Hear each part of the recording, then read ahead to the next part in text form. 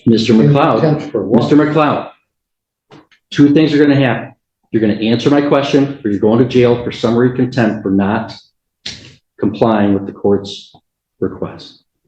Do you, Mr. McLeod, understand that the maximum penalty for the charge against you is 3 years in prison and or $1,000 fine? I don't understand the charges. Mr. McLeod is in contempt of court taken into custody. Really? That's it. It started with pure chaos. Mr. McLeod, standing trial for assaulting a police officer, immediately challenges the court's authority. Textbook sovereign citizen behavior. He shouts over the judge, hurls around pseudo-legal jargon, and insists he doesn't fall under the court's jurisdiction. But the judge stays firm, shutting him down at every turn. The tension builds. By the end, decorum is gone, and the judge has only one option left: remand him to jail for the night. It's absurd, frustrating, and somehow a little comedic. Do you understand your right to a lawyer, including a court-appointed lawyer? I understand that. Okay. And do you wish to represent yourself instead of having an attorney? Yeah, I'm here by special appearance, and I will be representing myself. Okay. I'm required by law, before I accept that waiver, to do a couple things. One, advise you of the maximum penalties that you could face for the charges that you're in my court for. Resisting, obstructing conservation officers is a high court misdemeanor punishable by up to 2 years in prison and or $1,000 fine. There's a habitual offender second notice that's been filed by the prosecutor, which would make that a felony punishable by up to 3 years and or $1,000 fine. And marine safety operating while intoxicated is a misdemeanor punishable by up to 93 days and or a $100 to $500 fine. Do you understand the maximum penalty for the charges against you? Well, I don't even really understand why I'm here, honestly. Well, okay. Well, that's fine. Do you understand the maximum penalty that I just explained to you? No. Hold on. I can't let you represent yourself until I establish a couple things. Well, I need to establish a couple things too, honestly. Hold on. Well, I can't let you represent yourself until I establish a couple things, or I'm going to be in trouble. Okay. Do you understand that the maximum penalty that you could face for the charges that you're here for is up to 3 years in prison and or a $1,000 fine? I don't understand the nature and cause of the action against me. So what is it that you don't understand? Do you not understand how long 3 years is, or how much the fine is that I've articulated? Can you tell me what it is you don't understand? The nature and cause of the action against me because we don't establish jurisdiction. That's not what I'm asking you right now. Well, I'll let you place whatever objections you want on the record, Mr. McLeod. I promise you that. Okay. Can we just go one step at a time? So do you understand the maximum penalty that you could face if you're convicted as charged? 3 years in prison or $1,000 fine? Well, I have another question because the statutory jurisdiction doesn't exist under the Constitution. So in order for me to defend myself, could you please tell me where the published rules of conduct are for criminal statutory jurisdiction, or where I can find the nature and cause of this jurisdiction, or how this information exists? No, I don't even understand what you're asking. So you're saying this is a statutory jurisdiction under what? The statutes of Michigan, correct? Mr. McLeod, I've told you what my jurisdiction is. General jurisdiction. The people of the state of Michigan voted to convene a constitutional convention in 1961. Sure. There was a constitutional convention in 1961 and 1962. They proposed a state constitution. The voters of the state of Michigan ratified that in 1963. Article 6 establishes the judicial power, and the circuit court is a court under that judicial power of Article 6 of the state constitution. And so you're here in my court. I have subject matter jurisdiction over those crimes. I have personal jurisdiction over you because you've been alleged to have committed them in our county. That's my jurisdiction. So, Mr. McLeod, you want to represent yourself? Do you understand the maximum penalty that you could face of 3 years in prison and or $1,000 fine? One second. I can see why his attorney would, Drew. Oh, shit. Hang on. Someone in the prosecutor's office is not muted. I'm going to remove you from the meeting at this time. Oh. Prosecutor's office is generally allowed to attend to observe. They've participated. I'm removing them from the hearing.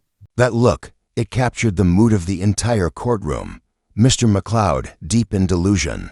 digs through pages of nonsense, searching for some legal loophole that doesn't exist. He acts as if he's uncovered a hidden truth, a code that grants him immunity, but everyone else, the judge, the prosecutor, even the audience, sees exactly where this is going. His own attorney withdrew from the case. And honestly, who can blame him?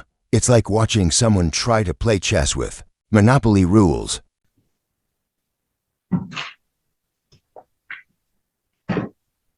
Mr. McLeod, do you understand the maximum penalty that you could face? 1 second. Okay, so when enforcement of mere statutes, judges of all courts do not act judicially and are thus are not protected and qualified by limited immunity. That's Owen versus the city.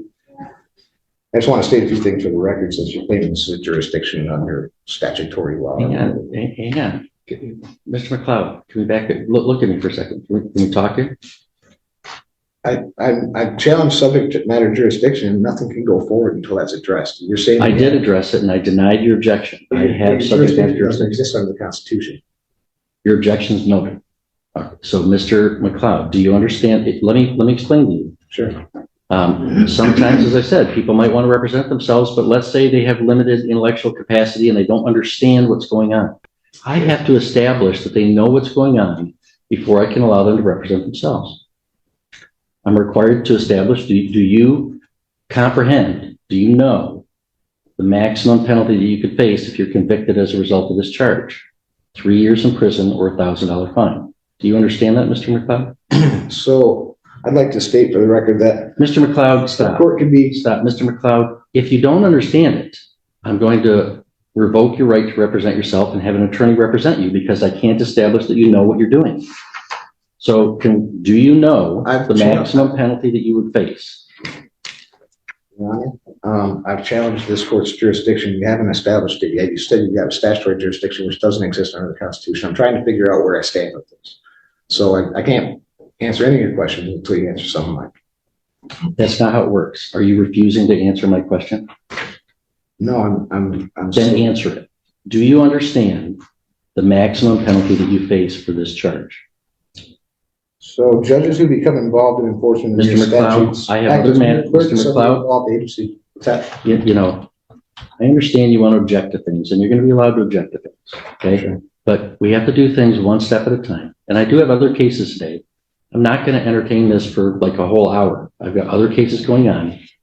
If you want to dig in your heels and just make this real complicated or real difficult, we could do that. And I can hold you in contempt and you'll go back to a jail cell for a while. I don't wish to be held in contempt. I just wish to exercise my Sixth Amendment right. That's fine. And so before I can let you under, I can cite laws that will show you that the exercise of a right can be converted into a crime.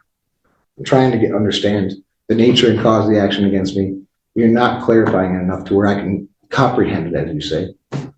You comprehend the maximum penalty that you would face. I'm not answering any of those questions until you establish that this is a court of the Constitution, has jurisdiction under these jurisdictions. I established it. I told you. You might think I'm wrong, and you can appeal. There's no such thing as a statutory jurisdiction.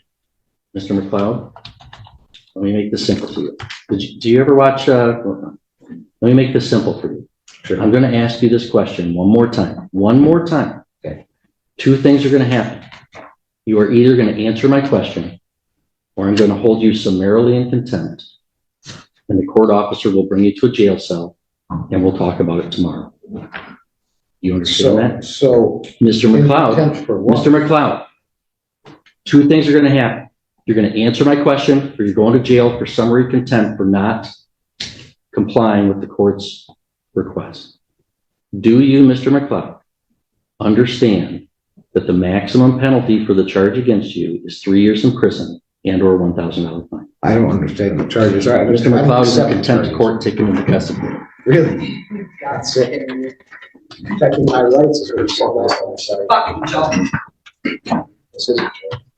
You guys are Follow following unconstitutional You're following orders. unlawful orders. It's not Not a constitutional good at all. thing. Mr. McLeod's in contempt. He's sentenced to 1 day in prison.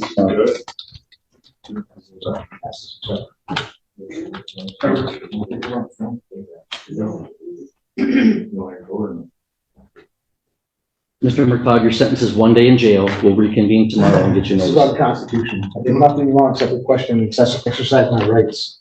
Watching McLeod attempt to represent himself is equal parts cringe and tragedy. He had the right to a public defender, a free attorney under the Sixth Amendment, but instead, he chose sunglasses and sovereign nonsense the judge gave him. Chance after chance, but patience runs out. What started as a felony assault charge turned into a circus, and now reality hits. There's no secret code, no immunity, just a man who's confused fantasy for law and who's now facing the very real consequences of both.